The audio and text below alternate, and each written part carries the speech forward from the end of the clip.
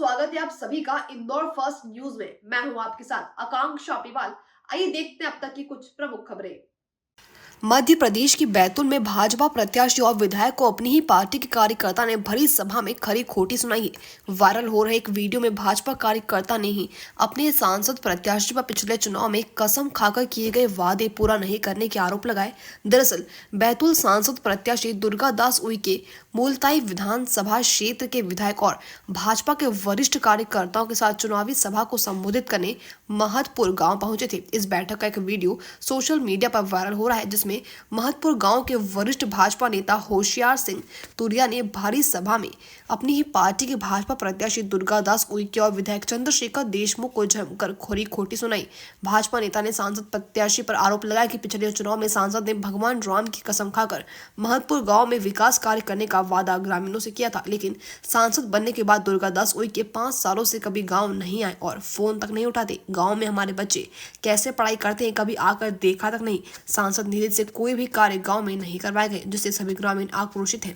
कभी नहीं किए थे, लेकिन हमारे हायर सेकेंडरी स्कूल के एक आवेदन की बात करी, हमें ऐसी जानकारी मिली तो हमारे कॉल अटेंड करने को तैयार नहीं। क्या ये राजनीति, ये लोकतंत्र है? हमने लोकतंत्र पढ़ा है, हमने लोकतंत्र को पढ़ के देखा है, हमने बच्चों को गढ़ा है लोकतंत्र में। लोकतंत्र क्या होता है कि जनता से जनप्रतिनिधि जीत के चला जाए और उसके बाद में हम उसके पीछे चक्कर काटे। और हम मानते हैं कि लोकतंत्र के नाते हम उनकी पूजा करने को तैयार है, वो हमारा देवता है क्योंकि इस क्षेत्र का प्रतिनिधित्व करते हैं। लेकिन ऐसा बिल्कुल नहीं है कि कहां किस चीज की डिमांड, हमारी गैर मांग बिल्कुल नहीं। हमारे यहाँ 2008 से स्कूल खुला है, हमारे बच्चे कैसे रह रहे हैं, स्कूल में कैसे पढ़ते हैं वो देखिए चल के। क्या आपका यह दायित्व नहीं है कि आज जैसे आप यहाँ पर आए, ऐसे साल में एक बार महत्वपूर्ण नहीं पूरा क्षेत्र आपका जितना है, आपके सिर्फ हाथ हिलाने के लोग मोहताज थे कि सिर्फ आप हाथ हिला दे कि हम महतपुर आए हैं और यहाँ से माफी निकल गए। महतपुर में भाई साहब इतना कहना चाहता हूं कि महतपुर की इस धरती पर यहाँ चपरासी से लेकर कलेक्टर तक यहाँ पैदा हो चुके हैं और यहाँ ये अनपढ़ गंवार गांव नहीं है, परंतु हम इतने सहज और सहनशील है कि हम वो बात करना नहीं चाहते। नहीं तो हम तो कहे तो कल चुनाव बहिष्कार कर दे, नहीं कर दे तो अपनी बात नहीं, हमको कोई डर नहीं। आप हमें गोली से मरवा दोगे, कोई दिक्कत नहीं। हम लोकतंत्र में जीने वाले लोग हैं। जब हमारे यहाँ से बयार चलती है कि महत्वपूर्ण 80% एक तरफ है तो आगे के 4 गांव उस बात को फॉलो करते हैं कि नहीं ये गांव भी उस लायक है तो हम भी उसके साथ जुड़ेंगे। लेकिन हमें दुख है इस बात का। कौन सी बात का हम कहे? हमारा एस्टेटमेंट हमने बताया आपको, हम तो कोई मांग करते ही नहीं चाहिए हमें रोड।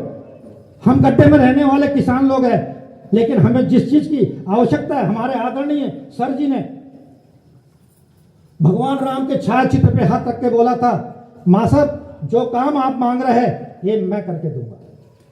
मैं वही बात दोहराना चाह रहा हूं और मांग नहीं कर रहा हूं। आज मांग हमने समाप्त कर दी।